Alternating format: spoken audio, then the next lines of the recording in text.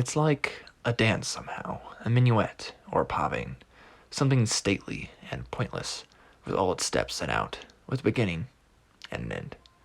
Hello and welcome to Liam's Lyceum. I'm your host Liam, aka Himbar, and today I'll be doing a spoiler-free review of Keith Roberts' Pavane.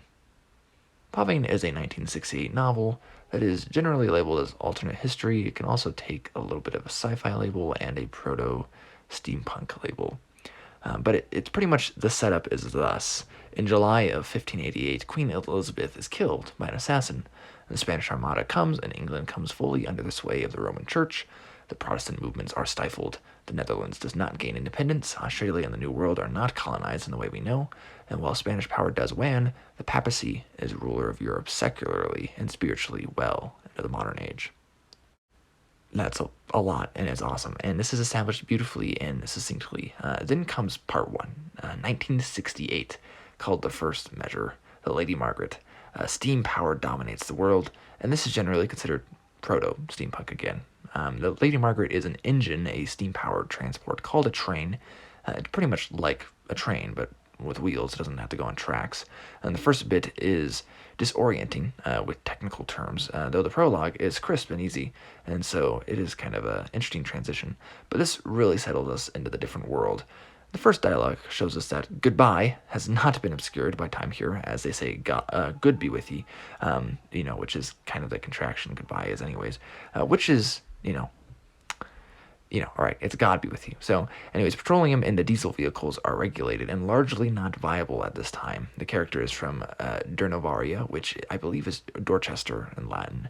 In 1968, England is not the same as, well, our reality of 1968. And Jesse is dealing with the recent death of Eli, who is his father, though he typically refers to his father by name, Eli. And we get a few things from his ruminations. Here's a quote. It says, "This was the 20th century, the age of reason. But the heath was still the home of superstitious fears, the haunt of wolves and witches, were-things and fairies." And there are some racial struggles between the Saxon, Norman, and Celt, though he admits they're so mixed the distinctions were arbitrary. I'm not sure if those are still around actually in Elizabeth's time, so I wonder why they would be here. I feel like they would have been gone by her time, but maybe they were still around. We also learn that England is a multilingual nation. Another quote says, "The Norman French of the ruling classes, Latin of the church, modern English of commerce and trade, the outdated Middle English and Celtic of the churls." This first story is really about a working man with a crush on a barmaid named Margaret, unsurprisingly. He seems simple, but he knows his business.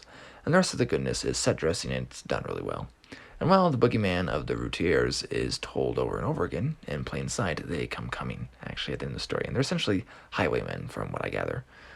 The second measure is actually the signaler. A young signaler is injured, face down in the snow, the apprentice operator at a semaphore station, one that is rather far removed from the rest of society. The signalers are of a guild. They wear green and are easy to mark from the tool of their trade. They also speak in a dialect with thous and cans, etc. There's not a lot of those. In part one, we have lots of deletions shown in the dialogue, and Roberts retains the less than normal dialogue, but changes it to another variety in this measure.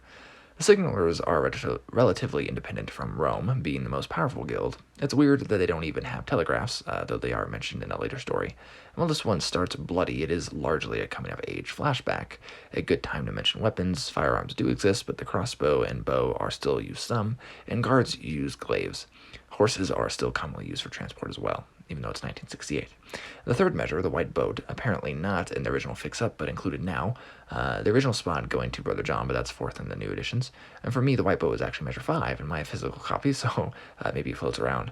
This one is about a girl, age 14, observing an odd boat. Her name is Becky, and her not-so-nice father live in poverty in Londinium, which is, of course, London. Her mother is sick. She cages lobsters. Life is bleak. She fantasizes of freedom, which is signified by the white boat.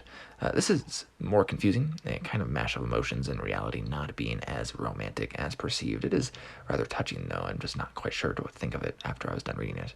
Measure 4, and again, this one can switch around, I guess. Brother John is about a monk. He works with stone under his superior master of lithography, Albrecht. He likes to whistle. It seems that maybe Henry VIII's dissolution of the monasteries was undone insofar as it Could be, and this is specifically at the monastery of St. Aldhelm, a minor Anglo-Saxon saint, feast day May 25th, same as Bede's actually. And they are vowed to silence during work, and they use a clock rather than canonical hours, but that might be deliberate by Roberts, so not to confuse the reader. And so Brother John is given a commission that involves the Inquisition, or rather the Court of Spiritual Welfare, as it is called. It goes bad, and certain heresies and rebellion follow. It takes place in 1985. And the fifth measure is called Lords and Ladies. It starts with a young Margaret Strange, niece of Jessie from the first measure. I can't say much in the premise of this one, as it would spoil the rest of the first story. It's mundane, like the others, with bigger going-ons in the background. Margaret goes to school, but in reality, she's not so young. She's just kind of thinking, reminiscing in a flash, pretty much. It's easy to get lost with her, and reality is there, as a priest is trying in vain to cast out devils from a sick man. It has elements from certain romances. It's rushed away to a manor and dressed like a princess, and it's all subverted, pretty much. Measure 6 is Corfgate. The Pope reacts to slights against papal authority in England, led by his representative, Henry. Eleanor is the daughter of a previous character. I can't really mention that. I guess the king is named Charles, interestingly. This may be my favorite measure, and it's the longest. But Roberts does so well what many struggle to do in much longer works. He makes you care for the story and the character, and it's just a chapter.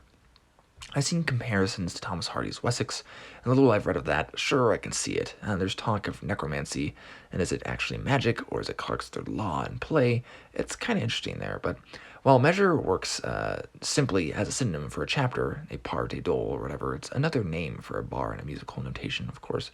The title of Pavane itself is a dance, a stately and melancholy one, popular during the Renaissance. It's likely Italian in origin, signifying a dance of Padua, but it's generally tied to Spanish nationalities and such. This is a story of evocative vignettes, right? The plot, individual measures, and this is a fix-up, so it's not really surprising. But they are connected, and particularly to the sense of place, Dorsetshire and the Heath. The writing is beautiful at times, and each measure always surprising in its sublimity and when it ends. There's a romantic sense, particularly of nature and even fairy, that I was not expecting. Each measure starts rather mundane before getting very abstract and in a swirl in the character's head. It doesn't stay like that for long, though. And there are folk tales of sorts, kind of. Thunor, Balder, and Woden have a place in them as well. And Robert shows a deft hand. Often sentences or phrases are close to normal, but something makes them stand out and make more sense, it seems like. There's also flourishes of the opposite, where something left unwritten is more potent. While it surely can be read as an indictment against the Roman Church, it more certainly focuses on the bad of extreme conservatism, and even casts a positive light on the Church in two strong paragraphs, and the hindering and prolonged Dark Age and inequality by extension. One where more scientific thought of modernism didn't flourish. It's a good focus on mindsets, especially contrasted to the rebelliousness of the 60s, 1960s that actually happened, being actually in this case much more closer to a medieval mindset, all the while it remains entertaining and subtle. The last story is A Great Crescendo, and the Coda, a beautiful tale to a wonderful story. It's somewhat reminding me of Miller's A Canticle for Leibowitz, but I enjoyed this more, actually, and George R.R. Martin says this is no alternate history novel of the past 30 years comes close to equaling Pavane. Also, these stories were originally published in Science Fantasy, later Impulse, and Roberts edited, which I know about because of Michael Moorcock's Aspects of Fantasy essay, actually. And I think it was appropriate. One of the days I read this was May 1st. I guess upset the status quo, shall we? Anyways, here are a couple closing remarks, but this, I shall say, before saying this quote, this is one of my favorite novels I have read in 2024. It has a very interesting feel that has like a very different feel, kind of going off in a different direction at the very end, but I still think overall it ties together really nicely, and it is very poignant and strong emotions that I have attached to it. Now mark me well, for words fade, becoming dust and less than dust. Let my voice remain within you, and let it be as the voice of the wind that blows forever.